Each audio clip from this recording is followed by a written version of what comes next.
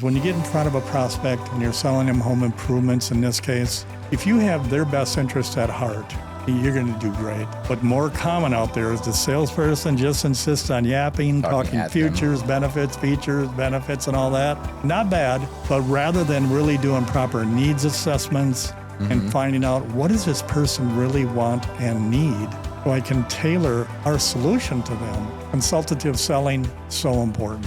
I think we're at a place right now that in many ways you could feel is similar to when I started, when there was virtually no technology in the industry.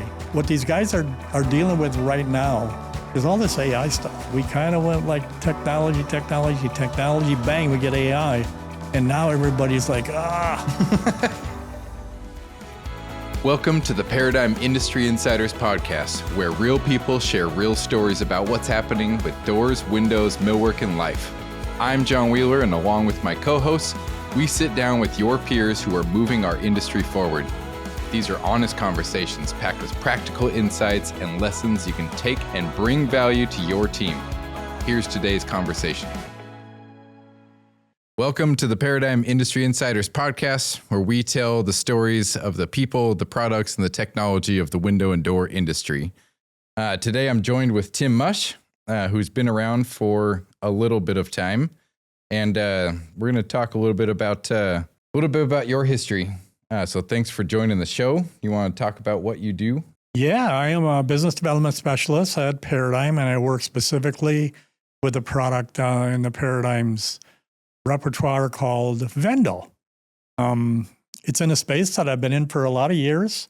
The story of how I arrived here is kind of interesting. Maybe we can dive into that a little bit. Tell me a little bit about that. How far back should I go, John? I would say, I think I remember something about the year 1984. All right, we'll start there. 1984. So at that point, I was in the window replacement business on the retail side, selling windows. Business was great, having fun. Things are going along just great. And all of a sudden, it's football season, the end of football season, not the beginning of football season. And it was the Super Bowl in 1984. I believe it was the Raiders and the Redskins. And watching the game, of course, everybody's interested in commercials during the Super Bowl. And what many people probably don't know, even if you were around back then and watched the game, is that particular Super Bowl had one of the most iconic TV commercials ever created. Do you have any idea what it is? No. It was the introduction of the Macintosh computer. And for the folks listening to the podcast, I would suggest you Google that and watch that commercial because it had quite an effect on me. You know, it really wasn't your typical commercial talking about features, benefits, and all that. Little unusual. And if you would check out the commercial, you'd see what I mean. But anyway, the game went on. I believe the Redskins won the game. Window business carried on. But for some reason, that commercial stuck in my mind because I thought, I don't know what they just advertised there with that commercial. But whatever it is, it looks like it might change the world. So carrying on in the retail window business, back in my mind, that commercial stayed. And about 3 years later, I decided I'm going to get one of these things called computers. I'm going to go down to the local Apple store, only place you could get them back then, and get myself one of these Macintosh computers. I actually have a picture here, John. That's what it looked like. It was a little 9-inch black and white Macintosh computer. Back then, that thing cost $3,495. That's crazy. And that's $1984. Yeah, actually, that was about 1987. Oh, all right. Because it took me about 3 years to have this commercial run around in my head before I decided I'm going to get one. And what I wanted it for is back then, all the marketing in the window business was yellow page ads, newspaper ads, and all that. And I thought, I'm going to get one of those things and have it help me create these ads. So I did. But what I learned is a tutorial that came with the computer, and I had never turned one on before that. Had a little tutorial that talked about a little programming language that was built in. And I thought, what's this about? So I went into the tutorial and it said, do this. Type in the words on mouse up, which I did. Then it said, hit return. I did that. And then it said, type the word beep. Did that. Hit return. third line, end mouse up.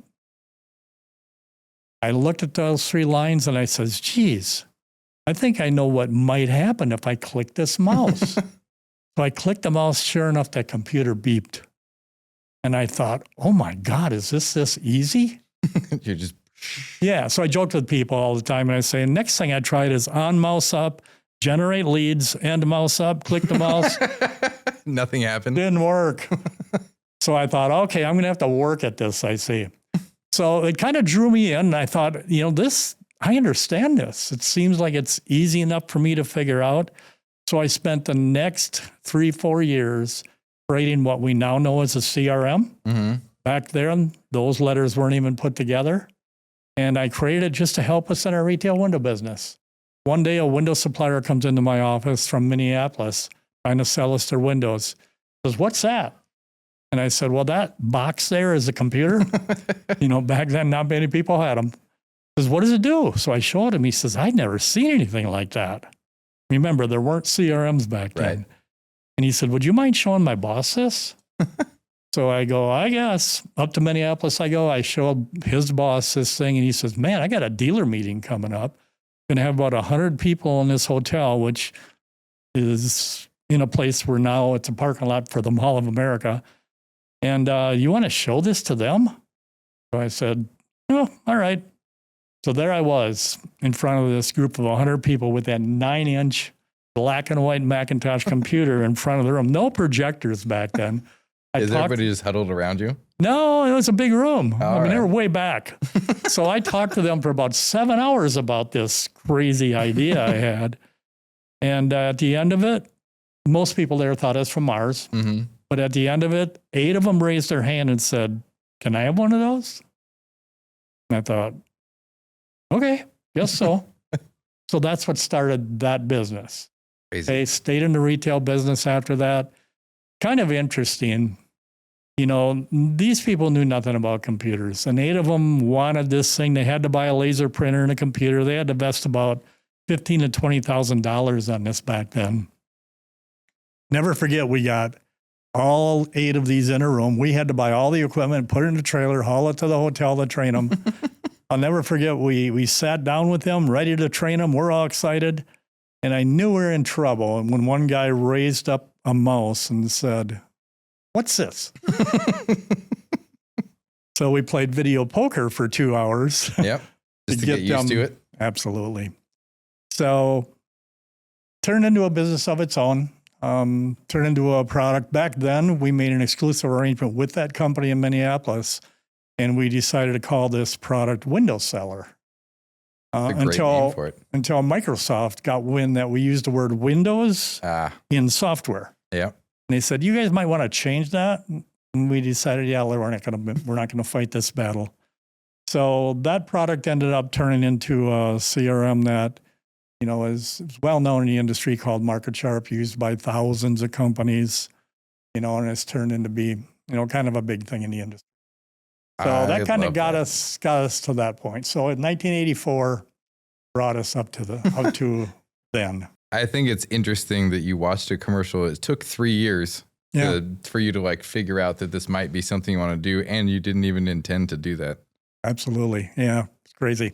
You've been around Paradigm for a while. I've watched you on other podcasts and shows and webinars and things like that. And one of the things, you're kind of later in your career, and your coaching skills are, I think, one of your secret weapons, right? Helping the folks here, but also whoever you're on with at a trade show or things, just educating people. Talk a little bit about where that comes from and why you think it's important. Yeah, I'm not sure where it came from, but it was just a strategy we used in that MarketSharp business from day one. We were like the first, not just in our industry, but in many industries, to do what we now know as a webinar. Mm-hmm. Back then, there weren't no such things. There were teleconferences back then where you would get people that, had teleconferences and train people that way. But then a couple companies came out with webinar software. We were a beta tester for one of them, and we started this webinar deal. And what ended up happening there is we found out very early that rather than be really aggressive with our marketing message and so forth, if we will just provide quality education to the industry at large, we will gain people's trust and their ears will open up to other messages that we've got. And frankly, that's how we built our business is through educational marketing. And it really worked well. I'm sure in today's day and age, it probably works as well or better. Yeah, I'm thinking of my 12-year-old son that watches YouTube and watches his favorite YouTubers, and they say, "Oh, go check out Prime Energy drink or whatever." And that's the only thing that he wants to drink because somebody said it. But they give him all this other fun stuff. You bet. I don't know if it's educational, but yeah, the same things there. You also use consultative selling as a phrase that I got written down here to describe there's a transition in the industry, and the consultative selling is kind of the phrase you use to describe that. Tell me about that. Yeah, well, the side of the business that I'm on and our product Paradigm Vendo is on the retail side of the business. So in other words, what the tool does is it helps people in their presentation when they're in front of homeowners, to give them the information they need to make the best decision for them.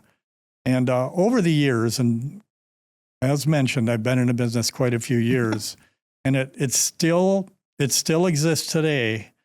There's been a lot of sales techniques and things such as that are, I don't know how to describe them, probably not centered on the customer as much as they should be. In other words, salespeople are trained to go through, a scripted methodology to get to a close, and then they learn all these closes and all that. And don't misunderstand, I'm not saying that's bad stuff. It's not at all. But I think really what's really resonating now is when you get in front of a prospect, when you're selling them home improvements in this case, if you have their best interest at heart first, you're going to do great. And I'm thinking, for example, I saw a bunch of research done recently by an organization that analyzed 25,000 presentations and determined the optimal talk-listen ratio between a salesperson and the prospect. And that ratio was 53% prospect, 47% salesperson. That's optimum. Is that the way it really is? No. But more common out there is the salesperson just insists on yapping, talking futures, benefits, features, benefits, and all that. Not bad, but rather than really doing proper needs assessments and finding out what does this person really want and need, so I can tailor our solution to them so that we can gain that trust that's so necessary to have them want to do business with us. So consultative selling, so important. You mentioned, that's the way that it's moving to now. And I would imagine that as far as like technology is concerned, there's kind of lots of technology and then it maybe goes away. What have you seen over the years for like the phases that's gone through?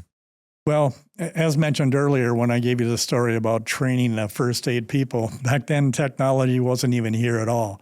But then it went through a bunch of phases. Next thing that came up is things like QuickBooks, things such as that. And people dove in. And then, of course, it's Excel and learning all that. And you have early adopters to all this stuff. And then you have people that kind of lag behind. But what's really interesting now is I think we're at a place right now that in many ways you could feel is similar to when I started, when there was virtually no technology in the industry. Because what these guys are dealing with right now is all this AI stuff.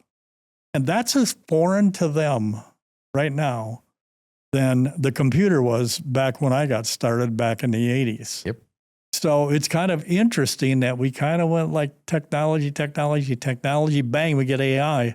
And now everybody's like, everybody's talking about tech stacks and stuff like that. And that's a very interesting concept. I think probably what's more normal out there in many of these companies' business is they have a tech pile. They have all these unrelated pieces of software, and every one of them says, oh, yeah, we integrate with that one and that one and that one and that one.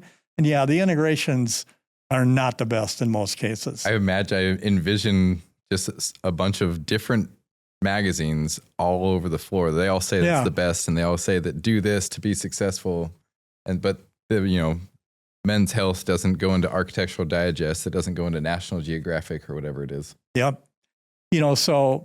So people really have got to use their heads when it comes to all this AI stuff. And also when they're developing the proper tech stack, sequencing is so important. Mm-hmm. Sometimes I get that backwards. There's some software out there, pretty popular software, a couple of companies, Rilla Voice and Xero and companies like that. What they'll do is just use your phone and they'll record a salesperson's presentation with a prospect in a home. And then using AI, it provides benefits just like a ride along with a sales manager going with them. It can find things and dig things out of the presentation that they did well, that they didn't do well, and all that kind of stuff. But that's on the back end. It's too late. Right. And I'm not saying that stuff isn't useful, because it is. But sequencing your tech in a manner that makes it make sense so you're not overwhelming your staff is so important nowadays. So a lot of thought needs to be put into that. Yeah, I think not overloading your team and enabling them to do stuff, I think is kind of a theme that you've also talked about. I think we want to end with something, we've talked a lot about personal interests, both like musical stuff, and I mentioned not calling you old, but I mentioned, that you're in the sunset of your career. Talk to me about your work-life balance, right? And how important it is to carve out time for whatever interest it is, especially heading into that twilight age. Yeah, well, work-life balance is obviously a very important thing, and more people are figuring it out nowadays. Mm-hmm. So important, and when you and I get on calls, and you got your camera on, I see your wall is loaded with guitars, mm-hmm. And I got a little bit of background in that space too. I tell people that's where I learned everything I know about marketing back when I was in a rock band, mm-hmm. because I figured out everything a person should not do to be successful. Because all we did is played the stuff we wanted to play. That was some deep album track, and the crowd's going, "What is this stuff?" Yeah, So and you try to convince them that it's the best thing that they've ever heard. No, that didn't work out so well. Yeah. I'm right there with you. Yeah. But anyway, as far as, things now, the work-life balance, another commercial, actually. So I'm going to bring up another commercial. It was about 4 years ago, watching TV. All of a sudden, a Chewy cat food commercial comes on TV. And I say to Mary, Mary, look at that cat. It looks like it doesn't have any ears. And she goes, you're right. I've never seen a cat like that. Well, come to find out, that's a breed called a Scottish fold, meaning their ears are folded over. And she got her phone out, started researching them. Next thing I know, she says, there's a cat show up at the Excel Center in St. Paul. Let's just go. I'd like to see one of these things. Up we go. Next thing I know, one of these Scottish fold cats is on the way from Romania. To your house. So down to O'Hare we go to pick this cat up. Next thing I know, we get one from Ukraine. Mm-hmm. We got some from Russia. So the Ukraine cat and the Russian cats, they fight. Yep. But there's going to be a peace agreement any day now, so they're going to get along just fine here shortly. But anyway, that is fun. Yeah. So it's kind of interesting that 2 commercials in my life sent me down these 2 different paths. Anybody that has anything you want to sell, just make any sort of a video and show it to Tim. Yeah, there you go. Good point. But we love this. We breed these cats. We breed 2 breeds of Scottish Folds and Maine Coons, which are very popular cats as well. And we're just having a blast with that. So, fortunately, a couple of years ago, I was lucky enough and fortunate enough to be inducted into what's called the Legends of the Home Improvement Industry. Mm-hmm. It's only about 60 of us. And I joke with people and tell them, all you got to be is old enough and you'll get into that thing. You just got to make it that long. But now I have a new goal. I want to be a legend in the cat breeding and selling business. So that's next in line for me. Awesome. Well, good luck with that. And thanks for being on. You're welcome. It was fun. Thanks for the invite. Cool.